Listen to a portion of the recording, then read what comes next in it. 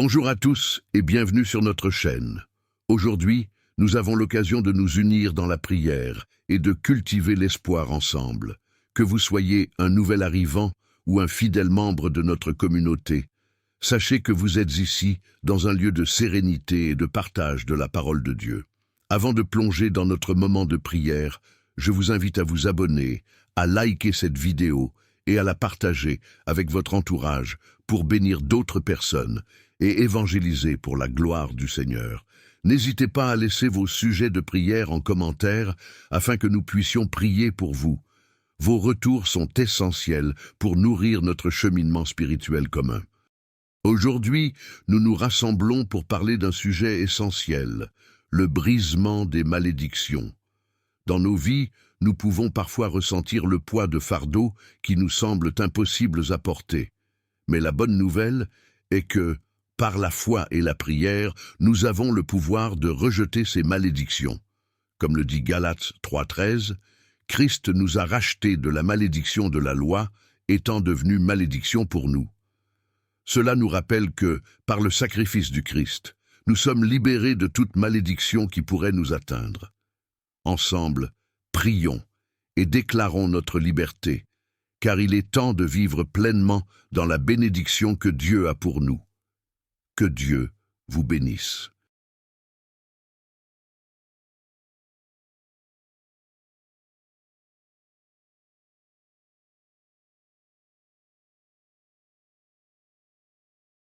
Bonjour à tous et bienvenue sur notre chaîne.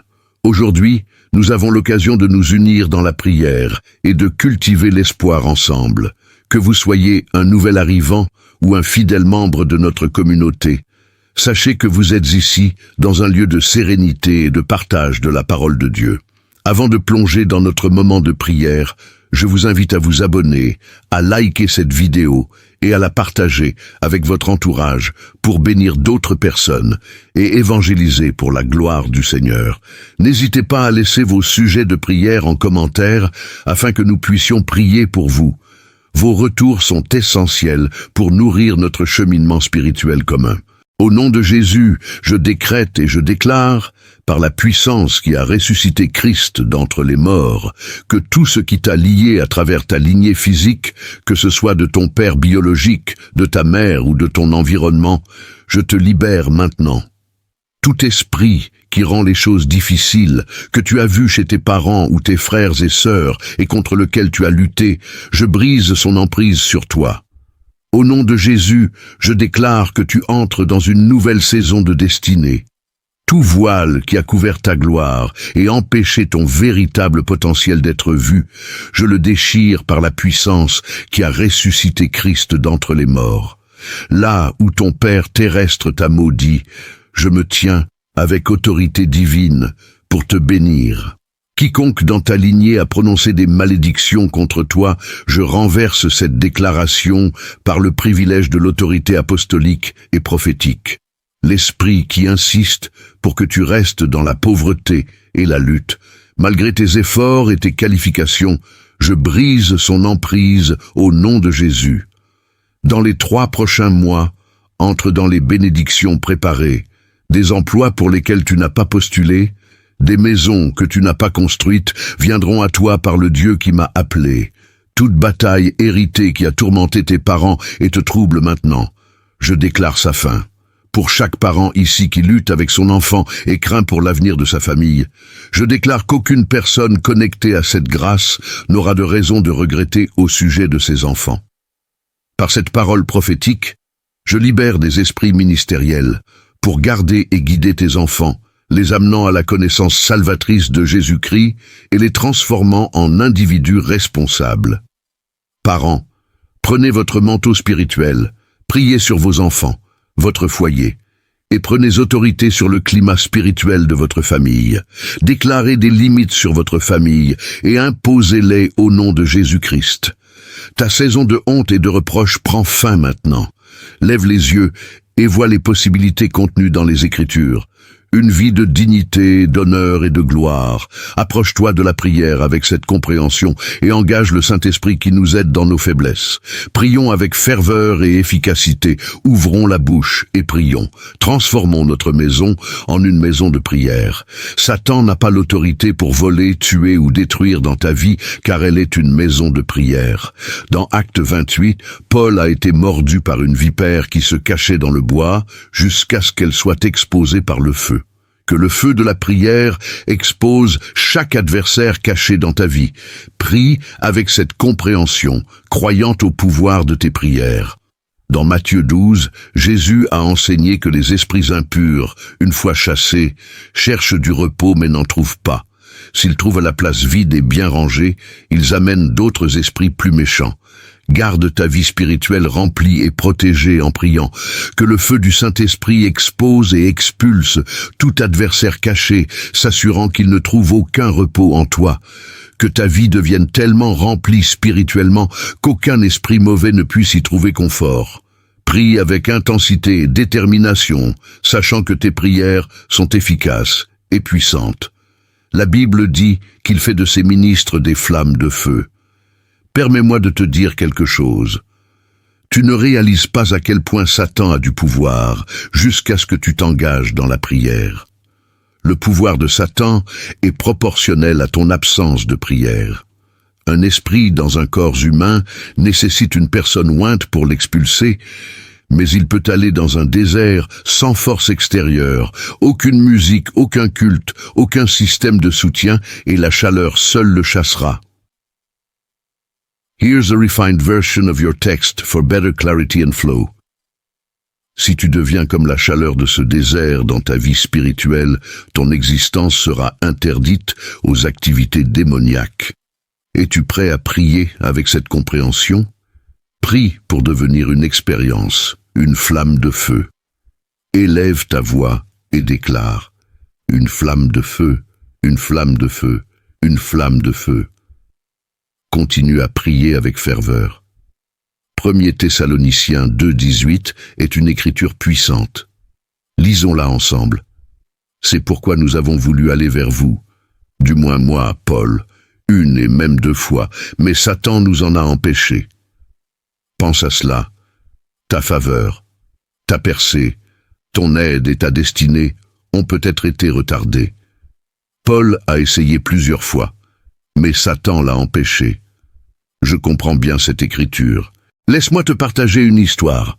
Une nuit, alors que je priais, j'ai eu une vision dans laquelle mon plafond a disparu et j'ai vu une créature avec des yeux aussi gros que des têtes humaines me fixer. Elle a dit « Alors, tu penses pouvoir amener le peuple de Dieu dans l'abondance ?» Cette rencontre illustre la réalité des entraves de Satan. Tout comme le retard du marié dans la parabole des 10 vierges a causé à 5 d'entre elles de manquer d'huile, les retards de Satan peuvent obstruer nos percées. Prions maintenant contre chaque entrave qui a retardé tes percées. Élève ta voix et déclare que chaque entrave est supprimée par le sang de Jésus. Que les portes qui auraient dû s'ouvrir et les bénédictions qui auraient dû arriver soient libérées maintenant au nom de Jésus. Genèse 24, 1 dit « Abraham était vieux, avancé en âge, et l'Éternel avait béni Abraham en toutes choses. » Cette écriture montre que Dieu peut donner un repos total et des bénédictions dans tous les domaines. Dans Actes 16, 25 à 26, Paul et Silas étaient en prison, mais ils ont prié et chanté des louanges à Dieu. Soudain, un tremblement de terre a secoué la prison et toutes les portes se sont ouvertes. Cela signifie que Dieu peut ouvrir chaque porte dans ta vie. Here's a corrected and polished version of your text. Financière, relationnelle, professionnelle et plus encore. Prie avec la compréhension que toutes les portes de ta vie doivent s'ouvrir maintenant. Élève ta voix et déclare que toutes les portes s'ouvrent au nom de Jésus. Des portes de ministère, des portes d'emploi, des portes de relations, des portes de fécondité s'ouvrent maintenant au nom de Jésus. Discutons des 2 aspects de l'Évangile, le message qui sauve et l'idéologie qui transforme la société. L'évangélisation fait avancer le message qui sauve, tandis que l'influence fait avancer l'idéologie qui transforme la société. Satan combattra les deux. S'il ne peut pas arrêter ton salut personnel, il ciblera ton influence. L'influence te permet de façonner la culture et la société sans recours à la force. Ésaïe 60, versets 1 à 3 dit « Lève-toi, sois éclairé, car ta lumière et la gloire de l'Éternel se lèvent sur toi. Les nations marcheront à ta lumière, et les rois à la clarté de tes rayons. L'influence attire les nations, et les dirigeants à la lumière de Christ en toi. » Acte 12. Montre l'attaque de Satan contre l'influence. Hérode a tué Jacques, puis emprisonné Pierre, avec l'intention de le tuer aussi. Mais l'Église a prié avec ferveur, et un ange du Seigneur a libéré Pierre. Cela démontre que la prière fervente et incessante peut contrecarrer les tentatives de Satan d'entraver l'influence. Prions, tout plan de Satan pour entraver mon influence soit contrecarré maintenant au nom de Jésus. Je déclare que mon influence brillera. Je vais façonner la culture et avancer le royaume. Aucune entrave démoniaque ne peut stopper la lumière du Christ en moi. Le verset 10 d'Acte 12 nous dit que l'ange a touché Pierre et qu'ils ont passé les premières et deuxièmes postes de garde.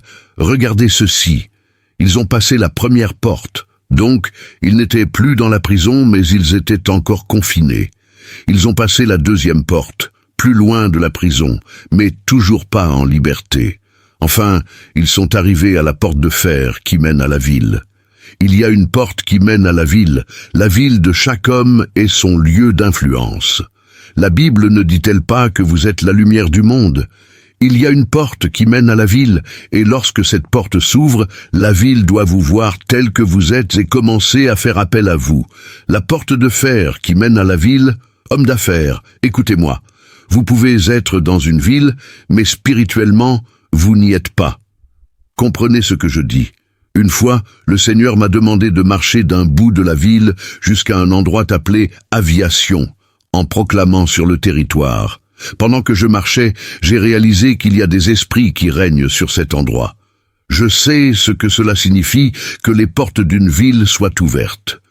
Puis-je vous dire que j'ai vu beaucoup de personnes talentueuses, sincères et intègres, mais les portes qui mènent à la ville ne leur ont pas été ouvertes. J'ai vu des hommes d'affaires qui ne comprennent pas pourquoi ils ne réussissent pas, et des prédicateurs qui sont loin et aiment Dieu, mais les portes de la ville restent fermées pour eux. Dans les temps anciens, on ne pouvait pas entrer dans une ville tant que les portes n'étaient pas ouvertes, n'est-ce pas vrai? Chaque ville a des portes. Ce n'est pas parce que vous vous y êtes physiquement déplacé que la porte est ouverte. Il y a un protocole à suivre pour avoir de l'influence. La première porte s'est ouverte, la deuxième porte s'est ouverte, mais la Bible dit que cette dernière porte s'appelait la porte de fer. Pourtant, ma Bible dit qu'il a brisé les portes de bronze et coupé les barres de fer en deux. Quand Jésus, prophétiquement dans le psaume 24, retournait dans le pays des vivants, il y a eu un cri « Élevez-vous, portes éternelles, élevez-vous, portes de gloire ». Ces portes étaient là depuis longtemps, habituées à se fermer sur les gens. Et les portes ont répondu « Qui est ce roi de gloire ?» La Bible dit qu'elles ne savent pas et qu'elles ne comprennent pas. Ils marchent dans les ténèbres, tous les fondements de la terre sont ébranlés. Le psaume 82, verset 5 dit « Ils ne savent ni ne comprennent, ils marchent dans les ténèbres, tous les fondements de la terre sont ébranlés. » Au verset 6, il est dit « J'ai dit, vous êtes des dieux, vous êtes tous des fils du Très-Haut. » La tragédie se trouve au verset 7. Cependant, vous mourrez comme des hommes, et vous tomberez comme l'un des princes. Il faut une haute illumination spirituelle pour commander l'autorité, même dans la prière. Le fondement d'une prière efficace est l'accès au mystère du royaume, de sorte que vous priez en accord avec la volonté de Dieu. Vous pouvez savoir que votre prière sera exaucée parce que votre intelligence est conforme aux Écritures et que vous ne priez pas à tort. La porte de fer qui s'ouvre sur la ville, certains d'entre vous ici sont des hommes d'affaires, certains ont des écoles et certains sont des ministres qui sont venus sur cette chaîne de prière. Il y a une porte qui doit s'ouvrir. Quand elle s'ouvrira, vous serez émerveillés et stupéfaits. La Bible dit que Gédéon a soufflé dans une trompette et que 33 000 personnes sont apparues. Vous penseriez qu'il ne savait pas où elle se cachait. Il y a une onction appelée l'onction d'influence. Les gens ne vous écoutent pas seulement parce que vous avez quelque chose à dire. Il faut plus que cela. Voici mon fils bien-aimé, en qui j'ai mis toute mon affection. La création a reçu une instruction. Écoutez-le. Quand cette grâce vient sur votre entreprise et qu'elle vient sur l'œuvre de vos mains, la porte, au nom de Jésus-Christ, s'ouvrira. Car le roi de gloire veut faire une entrée triomphale. Êtes-vous prêt à prier? Levez votre voix et décrétez « Porte, ouvrez-vous, porte de fer, ouvre-toi, porte d'influence, porte qui mène à la ville, ouvrez-vous. Le roi de gloire désire entrer, ouvrez-vous. Alléluia. Maintenant, laissez-moi prier pour vous. Vous avez prié. Maintenant, laissez-moi prier pour vous. 2 Corinthiens 9, verset 8 dit « Et Dieu est puissant pour vous combler de toutes sortes de grâces, afin que procédant toujours, en toutes choses, de quoi satisfaire à tous vos besoins, vous ayez encore en abondance pour toute bonne œuvre. » Je veux que vous soyez très sensibles maintenant. Prions. Dites « Père, au nom de Jésus, ce soir, je déclare que je suis fatigué de mon niveau actuel. Je suis fatigué de là où je suis. Je suis fatigué de là où ma famille a été retenue. Ce soir, par ton onction, ouvre ta bouche et commence à prier pour une nouvelle dimension dans le ministère, une nouvelle dimension spirituelle, une nouvelle dimension dans les finances. Ésaïe 10, verset 27 dit « En ce jour, son fardeau sera ôté de dessus ton épaule, et son joug de dessus ton cou, et le joug sera détruit à cause de l'onction. » Dites au nom de Jésus, chaque malédiction, chaque joug, chaque sort, chaque enchantement sur ma vie et ma famille, je déclare que par l'onction, ils sont brisés pour toujours. Dites au nom de Jésus, par l'autorité de l'œuvre accomplie du Christ, je déclare aux principautés, aux puissances, aux esprits familiers, que ce soir, j'ai été appelé hors de toute tribu, de toute alliance, de tout enchantement. Les péchés de mes pères ne fonctionneront plus dans ma vie. Je m'exempte. Levez votre voix et priez, priez avec ferveur. Nous prions au nom de Jésus, tout voile, tout ce qui a couvert ma gloire, qui a détourné mon honneur, au nom de Jésus, lève-toi, car ma lumière est venue. Priez avec ferveur. Maintenant, parlons de l'huile de joie. Habacuc 3, versets 17 à 19, décrivent une situation de tragédie, de douleur, de défaite, de perte et de déception. Pourtant, au verset 18, il déclare « Mais moi, je me réjouirai en l'Éternel, je me réjouirai dans le Dieu de mon salut. » L'huile de joie est ce qui vous permet de maintenir votre joie malgré des circonstances défavorables, sachant que Dieu est celui qui sauve et qui change les choses. Proverbe 17, verset 22 nous dit « Un cœur joyeux est un bon remède, mais un esprit abattu dessèche les eaux. » Proverbe 18, verset 14 ajoute « L'esprit de l'homme le soutient dans la maladie, mais un esprit abattu, qui le relèvera ?»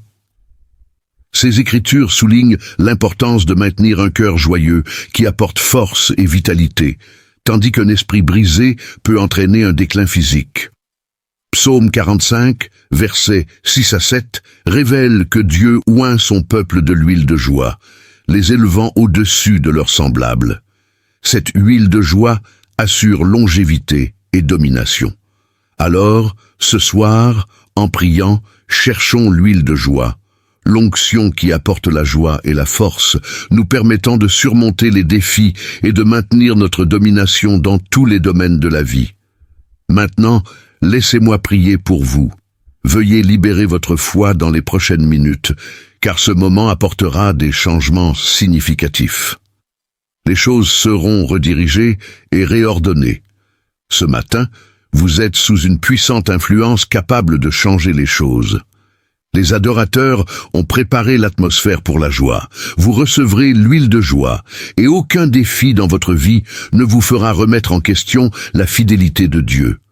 Vous ferez face à ce qui vous faisait pleurer autrefois et vous déclarerez « L'Éternel est ma lumière et mon salut. De qui aurais-je peur ?» Ce soir, il y aura restauration et accélération. Alors que je prie, je ressens une forte grâce pour la vitesse. Les affaires du roi exigent de la hâte et nous devons racheter le temps. Lorsque je prierai, vous ferez l'expérience d'une accélération inhabituelle. Vous pourriez même courir physiquement et voir des résultats tangibles avant même de partir. C'est ainsi que Dieu agit. Il fait souvent en sorte que les gens agissent selon ce qui se passe spirituellement. Je libère maintenant la grâce pour la vitesse. À 3, recevez cette grâce et préparez-vous à une accélération inhabituelle dans tous les domaines de votre vie. 1, 2, 3, prenez cette grâce maintenant. De plus, je déclare la restauration sur les années et les pertes que vous avez subies. Je commande que la restauration vienne maintenant. Pour ceux qui ont besoin de guérison, je déclare que vous êtes guéris au nom de Jésus. Toute maladie ou infirmité s'en va maintenant. Pour chacun d'entre vous ici, que vous soyez dans la politique, les affaires ou le ministère, je déclare que vous accomplirez tout ce qui est prévu pour cette année. La grâce de finir fort est sur vous. Je commande à toute zone morte ou mourante de votre vie de revenir à la vie maintenant. Si vous êtes malade, posez vos mains sur votre corps. Je commande la guérison et la liberté de toute maladie. Je libère l'huile de joie et prie pour que la joie ineffable remplisse votre vie au milieu des tempêtes. À la famille de la chaîne de prière, je décrète que cette huile de joie produira des résultats merveilleux dans votre vie. Tout ce qui a été perdu, que la joie le restaure. Pour les familles qui attendent une porte ouverte, je prophétise que dans les 21 prochains jours, cette porte s'ouvrira. Ministres, entrez dans une nouvelle saison de résultats extraordinaires. Tout ce qui a été perdu, je commande qu'il vous soit rendu.